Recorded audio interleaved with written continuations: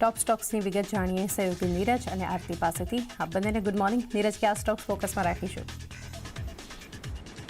जी good morning चांदी ने आधा दिवस पहला तो परिणामों ज्यां ज्यां असर करवाना छे एना पर बात करी लईए। सौथी पहला निफ्टीनी कंपनीओमांथी अडाणी एंटरप्राइजना परिणाम आवता देखाया छे। जो प्रॉफिट 450 करोड़थी वधीने 3844 करोड़ पर रहेतुं जोवा मळ्युं छे। हवे खास करीने आटलो मोटो जे आंकड़ो छे एनी अंदर एक वारनो नफो जे छे लगभग 3946 करोड़नो छे, जे गया वखते लगभग 627 करोड़नो लॉस हतो एनी सामे एक मोटो नफो थयो छे। एटले आपणने नफानो आंकड़ो आटलो मोटो देखाई રહ્યો છે। जो कि रेवेन्यू અહીંયાથી 7.5% જેટલી ઘટી છે। એબિટાની અંદર 16% ઉછાળો છે અને માર્જિન 11% વધીને 13.7% પર આપણને રહેતા જોવા મળ્યા છે। એટલે અડાણી એન્ટરપ્રાઇઝીસની અંદર ખાસ કરીને એક પોઝિટિવ પરિણામો ઓપરેશનલ દ્રષ્ટિએ છે। 627 કરોડની એકવારની ખોટ સામે જે 3946 કરોડનો એકવારનો નફો થયો છે એને લઈને આપણને પ્રોફિટનો આ જે આંકડો છે થોડો વધારે મોટો દેખાઈ રહ્યો છે।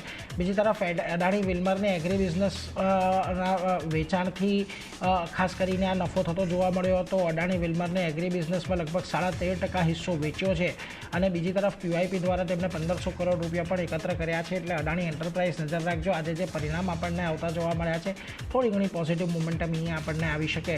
બીજી તરફ અડાણી પોર્ટ્સના પણ પરિણામો આવતા દેખાયા છે। જો ખૂબ સારા પરિણામ રહેતા જોવા મળ્યા છે। 50% જેટલો પ્રોફિટ અહીંયાથી વધ્યો છે। રેવન્યુમાં પણ 23%નો વધારો થતો દેખાયો છે।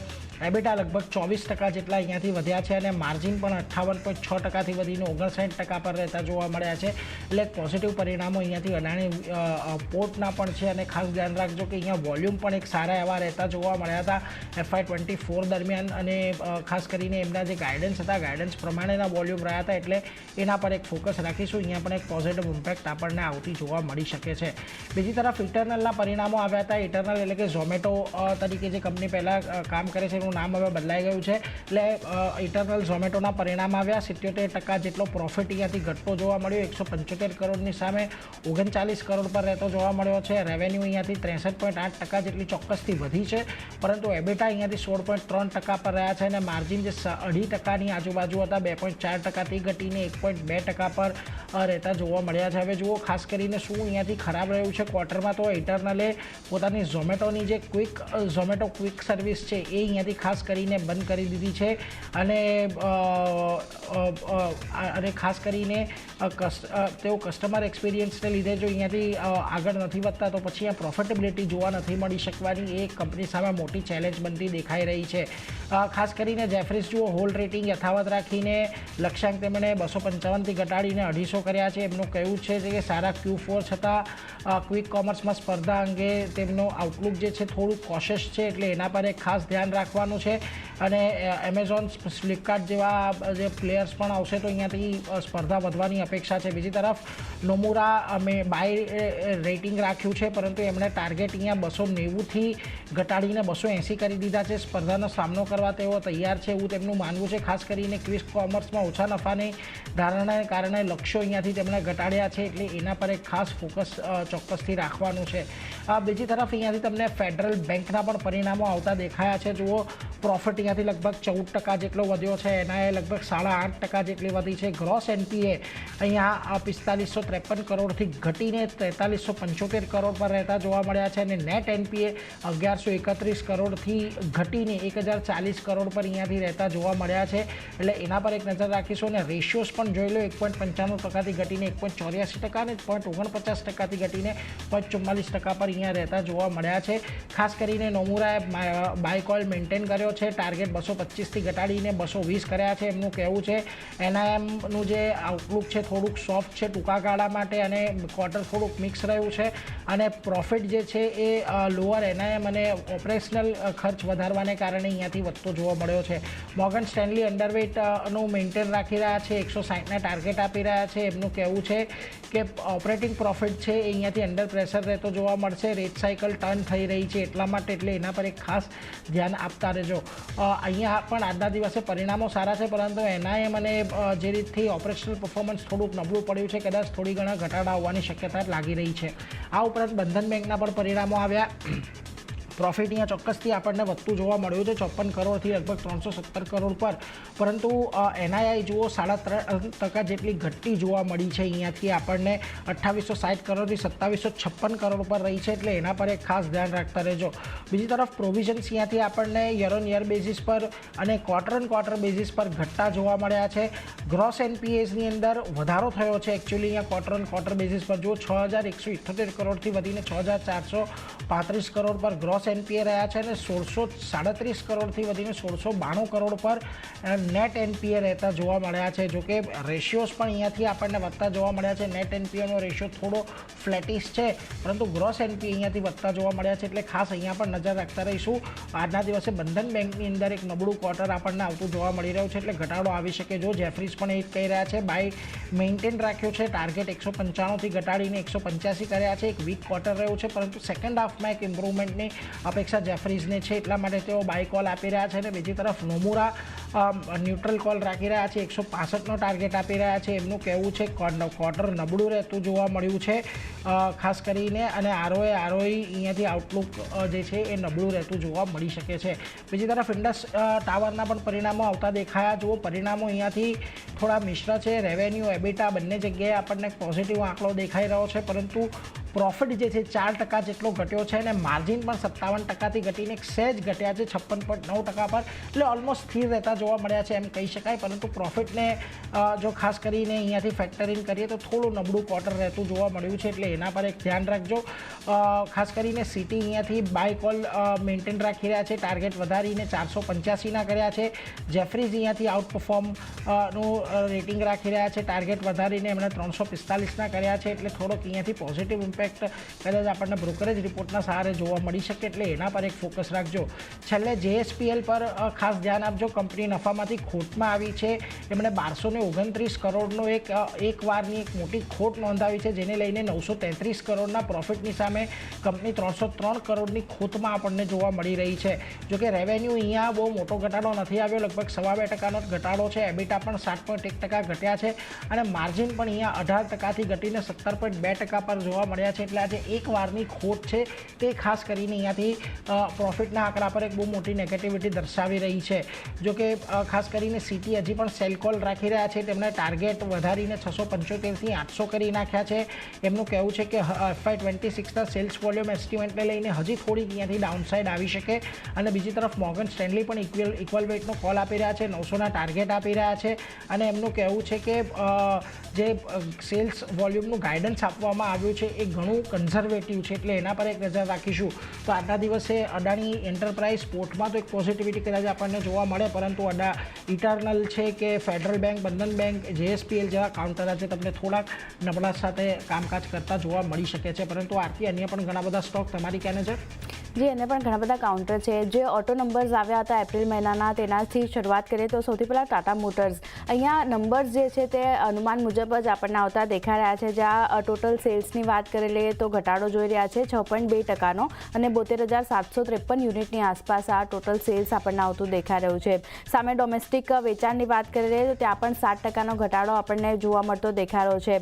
કમર્શિયલ વ્હીકલ્સની વાત કરી લઈએ તો અહીંયા જુઓ ટોટલ સેલ્સ 8% ઘટ્યું છે અને ઘટીને લગભગ 27,221 યુનિટની આસપાસ પહોંચતું દેખાયું છે. આ યર ઓન યર બેઝિસ પર આપણે નંબર જોયા છે. અને પેસેન્જર વ્હીકલની વાત કરી લઈએ જે EV ઇન્ક્લુડેડ છે, એમાં ખાસ કરીને આપણને 5%નો ઘટાડો જોવા મળતો દેખાઈ રહ્યો છે. તો નબળા નંબર છે ટાટા મોટર્સ, અહીંયા એક ધ્યાન રાખવાનું રહેશે.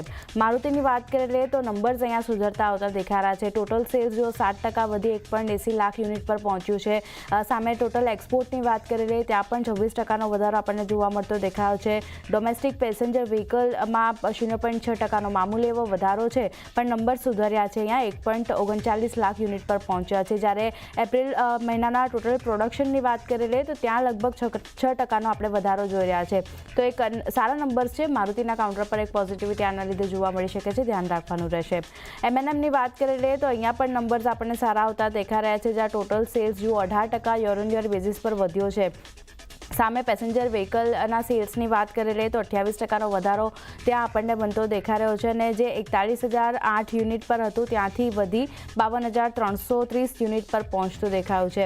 સામે એક્સપોર્ટની વાત કરી લઈએ તો ત્યાં પણ સારો એવો ઉછાળો આપણે જોઈ રહ્યા છે. એક્સપોર્ટ જે છે 82% વધ્યું છે, 3,381 યુનિટ પર પહોંચ્યું દેખાયું છે. પણ 3 વ્હીલર સેલ્સમાં થોડો ઘણો ઘટાડો આપણે જોઈ રહ્યા છે, મામૂલી એવો 1% ઘટાડો પણ ધ્યાન રાખવાનું રહેશે. સાથે જ ટ્રેક્ટર સેલ્સની વાત કરી લઈએ તો તે આશા કરતાં વધુ સારા આવતા દેખાઈ રહ્યા છે. 8% વધારો આપણે M&M ટ્રેક્ટર સેલ્સમાં જોઈ રહ્યા છે, એટલે એક સારા નંબર્સ છે. એપ્રિલ મહિનામાં M&M પર ખાસ એક ફોકસ રાખવાનું રહેશે. TVS મોટરમાં પણ નંબર્સ જો આપણને સુધરતા આવતા દેખાઈ રહ્યા છે, જ્યાં ટોટલ સેલ્સ 16% વધ્યું છે, 4.44 લાખ યુનિટ પર પહોંચ્યું છે. 2 વ્હીલર સેલ્સની વાત કરી લઈએ ત્યાં 15% વધારો આપણે જોઈ રહ્યા છે અને આ લગભગ 4.30 લાખ યુનિટ પર પહોંચ્યું છે. ઇલેક્ટ્રિક વ્હીકલ સેલ્સની વાત કરી લઈએ ત્યાં વધારો છે ખાસો એવો, 59% ઇલેક્ટ્રિક વ્હીકલ સેલ્સ વધ્યું છે એપ્રિલ મહિનામાં. અને એક્સપોર્ટની વાત કરી લઈએ તો ત્યાં 45% વધારો આપણને બનતો દેખાઈ રહ્યો છે. 3 વ્હીલર સેલ્સની વાત કરી લઈએ 50% વધી 13,566 યુનિટ પર પહોંચતું દેખાયું છે, એટલે એક સારા નંબર છે દરેક ફ્રન્ટ પર. TVS મોટરમાં પણ એક ધ્યાન રાખવાનું રહેશે, પોઝિટિવિટી આગળ વધતી દેખાઈ શકે છે. આઈશુ મોટર્સની વાત કરી લઈએ, અહીંયા જે નંબર્સ આપણને બનતા દેખાઈ રહ્યા છે, જ્યાં VE કમર્શિયલ વ્હીકલની વાત કરી લઈએ જેમાં EV ઇન્ક્લુડ છે તો ત્યાં લગભગ 27.3%નો વધારો આપણે જોઈ રહ્યા છે સેલ્સમાં. સાથે જ ડોમેસ્ટિક સેલ્સની વાત કરી લઈએ, સ્થાનિક વેચાણમાં 27.7%નો વધારો જોવા મળતો દેખાઈ રહ્યો છે અને એક્સપોર્ટની વાત કરી લઈએ ત્યાં 29.2%નો વધારો છે, એટલે સારા નંબર્સ છે અહીંયા પણ. અને અહીંયા ખાસ કરીને જો રોયલ એનફિલ્ડના વેચાણની વાત કરી લઈએ તો લગભગ 6% વધી 86,559 યુનિટની આસપાસ આપણને પહોંચતું દેખાયું છે. તો આઈશુ મોટર્સમાં પણ સારા નંબર્સ છે, અહીંયા પણ એક ધ્યાન રાખવાનું રહેશે. હુન્ડાઈ મોટર્સની વાત કરી લઈએ, અહીંયા ખાસ કરીને મંથલી સેલ્સ જો ખાસ કરીને 60,794 યુનિટ્સ પર આપણને પહોંચતું દેખાઈ રહ્યું છે યર ઓન યર બેઝિસ પર, જેમાં ડોમેસ્ટિક સેલ્સની વાત કરી લઈએ તો 44,370ની આસપાસ રહેતું દેખાઈ રહ્યું છે, જે 16,400ની આસપાસ હતો, એટલે ખાસો એવો વધારો આપણને સ્થાનિક વેચાણમાં પણ બનતો દેખાઈ રહ્યો છે. હ્યુન્ડાઈ મોટર્સમાં પણ એક પોઝિટિવિટી જોવા મળશે દેખાઈ શકે છે. નેક્સ્ટ કાઉન્ટર જે સમાચારનું રિએક્શન બતાવી રહ્યું છે, PNB હાઉસિંગ ફાઇનાન્સ આજે ફોકસમાં રહેતું દેખાઈ શકે છે. બ્લોક ડીલના સમાચાર અહીંયા આવતા દેખાઈ શકે છે, જ્યાં કાર્લાઇલ ગ્રુપ કંપનીમાં પોતાનો મોટો હિસ્સો જે છે તે અહીંયાથી વેચી શકે છે.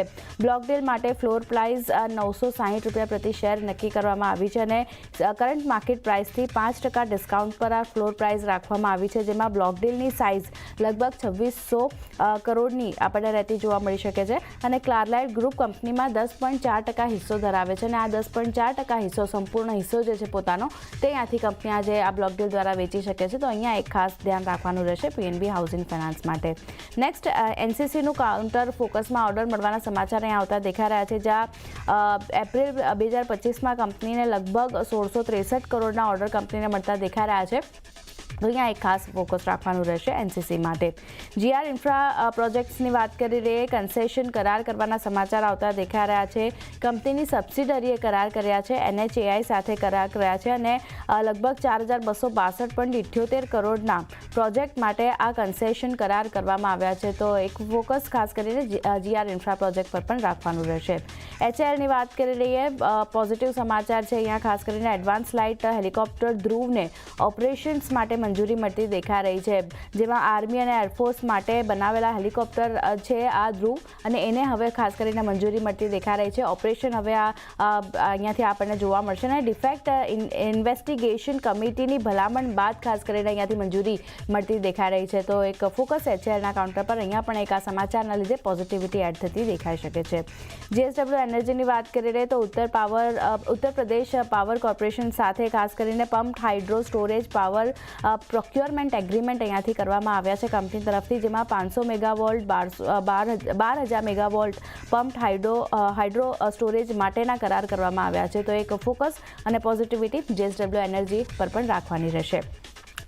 છેલ્લે NMDCની વાત કરીએ તો અમુક મેનેજમેન્ટ ફેરફારના સમાચાર અહીંયા આવતા દેખાઈ રહ્યા છે, જ્યાં કે વેંકટેશ્વરલુની whole time chief financial officer તરીકે અહીંયાથી નિયુક્તિ થઈ છે અને ખાસ કરીને તેઓ હવે જે ફાઇનાન્સના જનરલ મેનેજર તરીકે પદ સંભાળે છે અત્યારે, અને હવે તેઓ whole time chief financial officer તરીકે નિયુક્ત થયા છે.